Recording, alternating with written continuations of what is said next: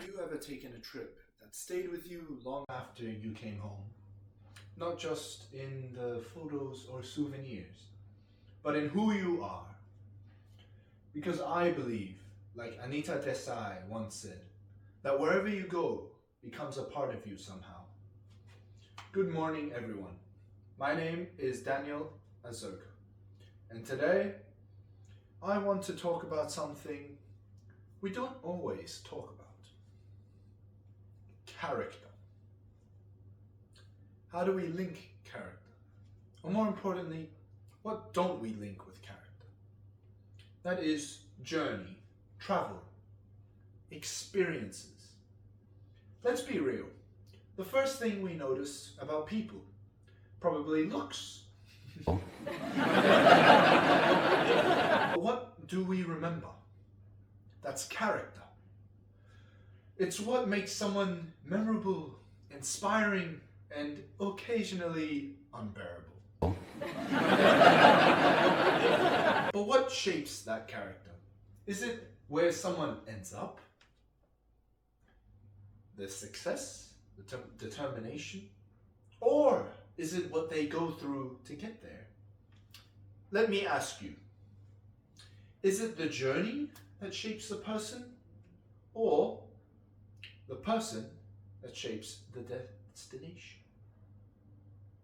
For me, the journey has always been the sculptor, chiseling away at who I thought I was, revealing something new, something better, another version of me better than the last. Let me take you back to 2018, when I looked like this. 야, 가려줘! Yes, I know, iconic. That was the year my family and I flew to Chile, my home country, the place where I was born.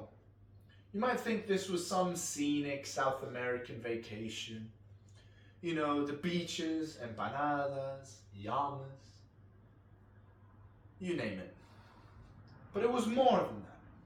We weren't going just for sightseeing. We were going to say goodbye to my grandfather. Maybe for the last time. Now, the trip started like any classic family journey.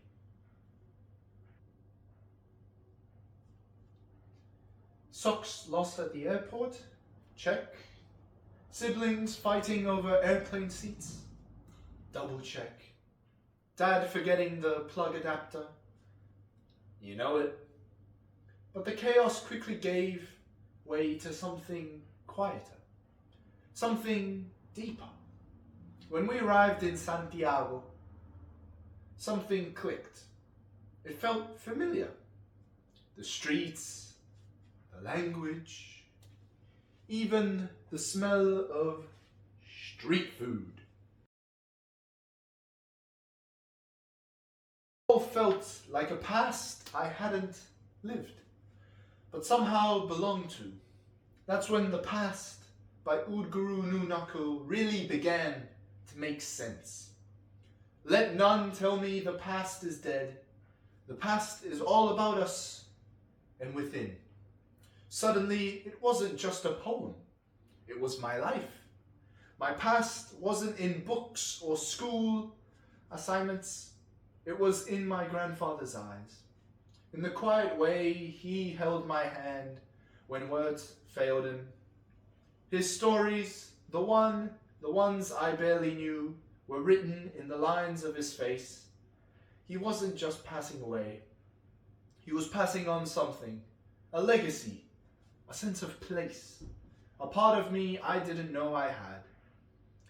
And when he sadly passed away, the silence that followed wasn't empty, it was loud. That silence reminded me of another of Udguru Nunako's poems, Reed Flute Cave. Jeweled and still. That's how grief felt. Still, strange, heavy. It forced me to pause, reflect, and listen to everything I'd been too busy to hear before. I remember sitting in my grandfather's now empty room. The air was different. The noise of life was gone, and yet I could still feel him there. That's the power of travel, especially journey. It imprints people onto you. That moment shaped me. It made me see the value of time, of family, of presence. But it wasn't just the grief that stayed. It was the strength I saw in him, even at his weakest. That strength made me remember Entombed Warriors, where Udguru describes silent stone soldiers buried in the earth. You speak no word, yet, old companion, your silence is a shout. My grandfather wasn't loud, but his life shouted wisdom, courage, love. Even in silence, he spoke volumes. His past, his sacrifices, his flaws, his laughter, all became a part of me, and suddenly I understood the connection.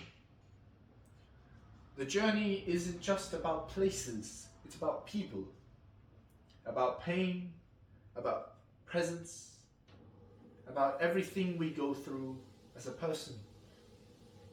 Those three poems, The Past, Reed Flute Cave, and Entombed Warriors, aren't just words on a page. They are mirrors of my journey. Thank you.